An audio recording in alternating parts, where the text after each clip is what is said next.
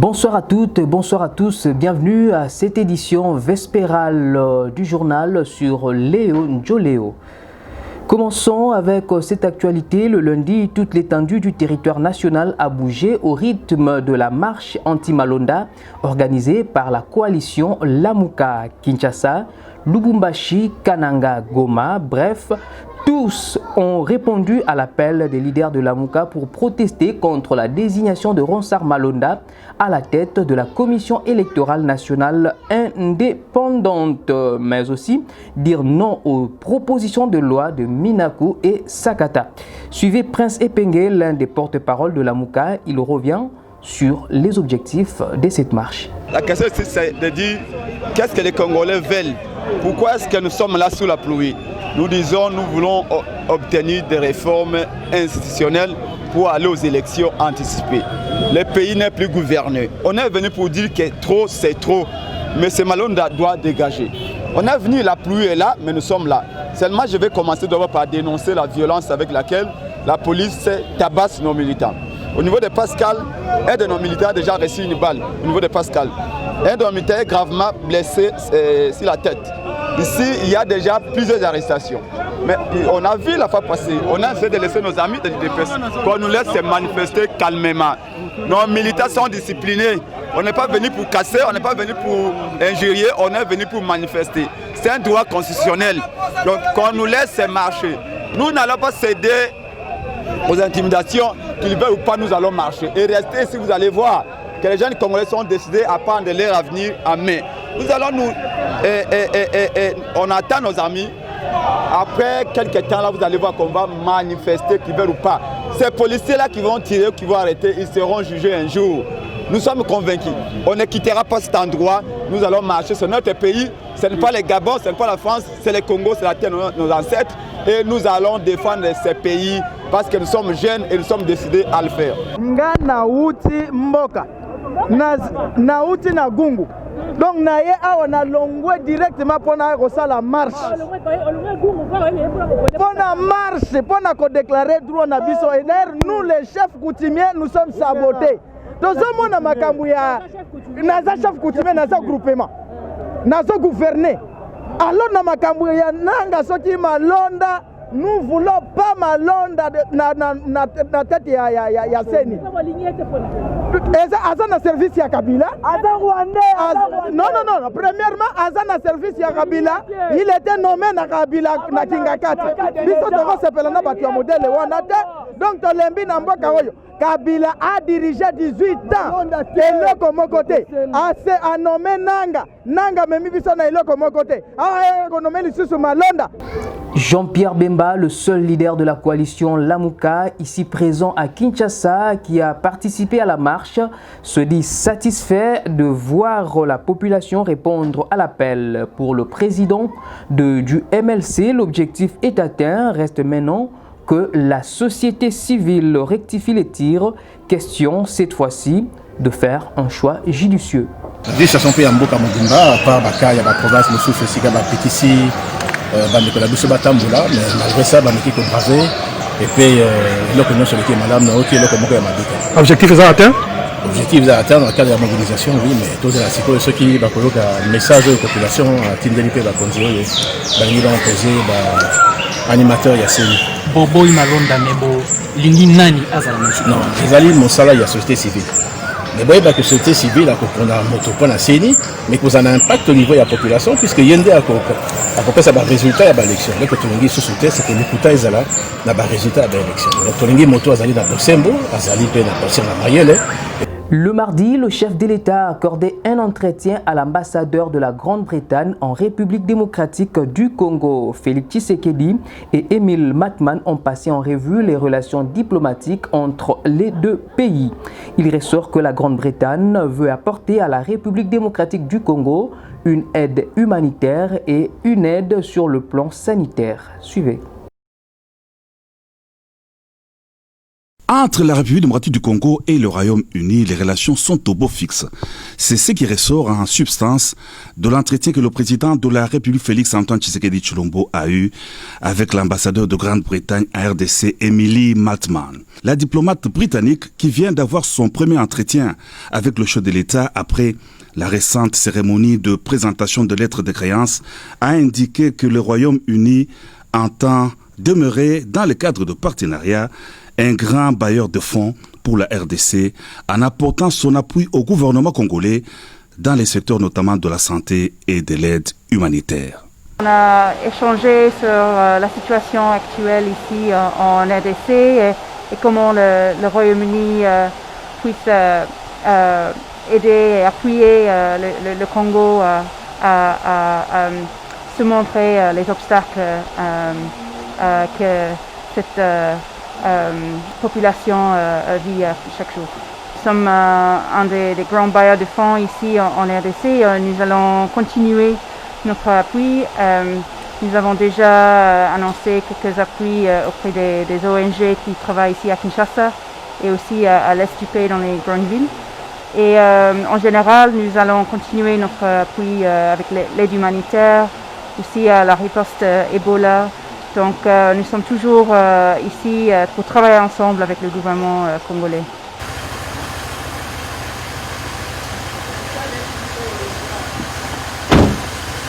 Toujours le même mardi, Félix Tshisekedi s'est incliné devant la dépouille du magistrat Dominique Ntambwe Kaniki. Ce haut magistrat a reçu les hommages de la nation congolaise à travers une audience solennelle de la Cour de cassation dont il était premier vice-président.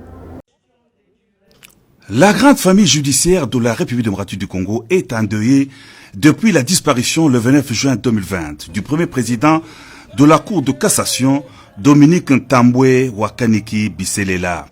Très affligé, le chef de l'État, garant du bon fonctionnement des institutions de la République, Félix-Antoine Tshisekedi Tshilombo est allé rendre les derniers hommages à ces dignes fils du pays qui a été, il y a quelques mois, élevé au rang de premier président de la Cour de cassation au terme d'une ordonnance présidentielle. À l'esplanade de la Cour de cassation où ont été organisées les obsèques, le président de la République s'est incliné devant le corps de l'illustre disparu. Il est allé ensuite compatir avec l'épouse et les enfants du premier président de la Cour de cassation. Le chef de l'État avait signé la veille une ordonnance portant admission de l'illustre disparu dans l'ordre national Héros nationaux Kabila Lumumba.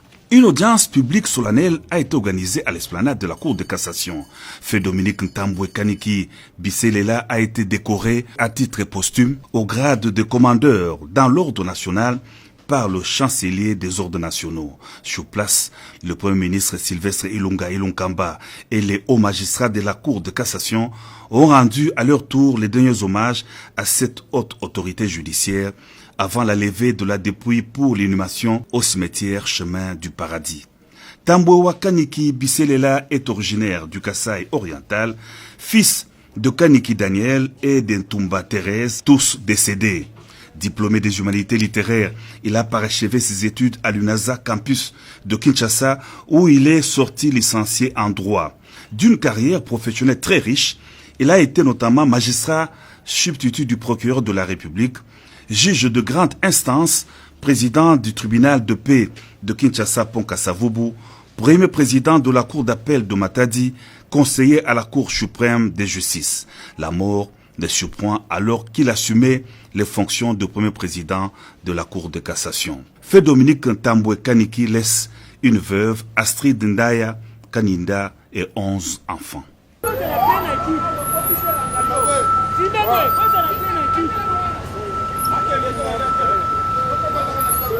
Le mercredi, Félix Tshisekedi a effectué une visite de travail au Congo-Brazzaville, accueilli par son homologue Denis Sassou Nguesso. Les deux personnalités se sont entretenues pendant plus d'une heure. Des précisions dans ce reportage de nos confrères de la présidence.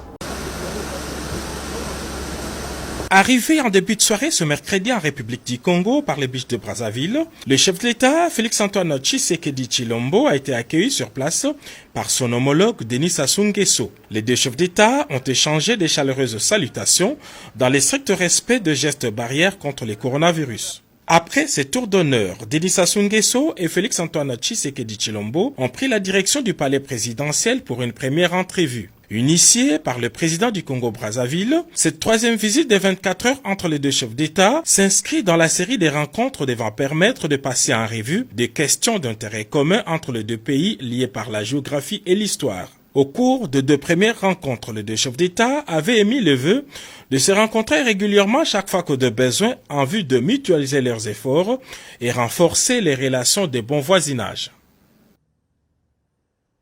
Nous n'allons pas vers une rupture de la coalition FCC Cash. C'est la déclaration du président de la République démocratique du Congo au terme de sa visite au Congo au Brazzaville. Félix Tshisekedi a répondu devant la presse à toutes les interrogations autour de la crise qui secoue actuellement la coalition au pouvoir. Il affirme par ailleurs que les délégués du FCC et du Cash sont actuellement en pleine discussion pour essayer de déblayer le chemin. Suivez. L'essentiel est de regarder d'abord les intérêts du pays et je crois que les uns et les autres sont conscients de cette prise en compte des intérêts du pays, j'entends, et donc nous allons finir par trouver des solutions. Ce que je peux vous assurer en tout cas, c'est que nous n'allons pas vers une rupture de la coalition, ça c'est certain. Mais évidemment, d'ailleurs en ce moment, il y a des délégués des deux camps qui se voient, qui discutent pour essayer de déblayer le chemin et de voir de nouveau les conditions de pouvoir regarder dans la même direction. Mais ça ne doit pas vous déranger cela parce que c'est tout à fait inhérent à une jeune démocratie, à une première expérience politique. C'est la première fois, je vous le dis, que nous vivons une telle situation dans ce pays-là. Donc ça ne pouvait pas se passer parfaitement. Même dans les vieilles démocraties, les coalitions ont toujours posé des problèmes. Donc ça ne doit pas choquer. L'actualité de la semaine a été également marquée par la fixation du procès en appel de Vital Kamerhe à la cour d'appel de Kinshasa-Gombe pour le 24 juillet 2020. Condamné à 20 ans de travaux forcés et 10 ans de privation des droits civiques après l'expiration de sa peine, Vital Kamerhe, par le biais de ses avocats conseils, a interjeté appel. Mais à quoi doit-on s'attendre de ce procès en appel? Écoutez la réponse avec Maître Jean-Marie Kabengela Ilunga, qui est l'un des avocats de Vital Kamerhe. Qu'est-ce que vous, la partie de Vital Kamerhe, vous attendez? Est-ce que vous attendez la réduction de la peine ou carrément il faudra modifier la peine? Là, ce sont des moyens de droit qu'on va développer devant le juge d'appel qui ne sont pas à mettre sur la place publique parce que la cause ne va pas se plaider à la presse. Donc la presse pourra attendre, nous voir plaider devant la cour d'appel pour savoir connaître le moyen de défense de notre client devant le juge d'appel. Mais vous avez décrié, même vous également personnellement, je vous ai suivi lors de la dernière audience, vous avez dit que c'était un procès hautement politique, mais vous êtes allé quand même en appel. Vous espérez à quelque chose?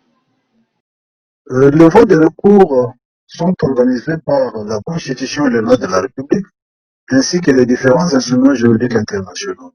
Il faut les exercer pour arriver à une conclusion ou une autre pouvant vous amener, après l'épuisement de voies de recours internes, d'envisager des voies de recours supranational.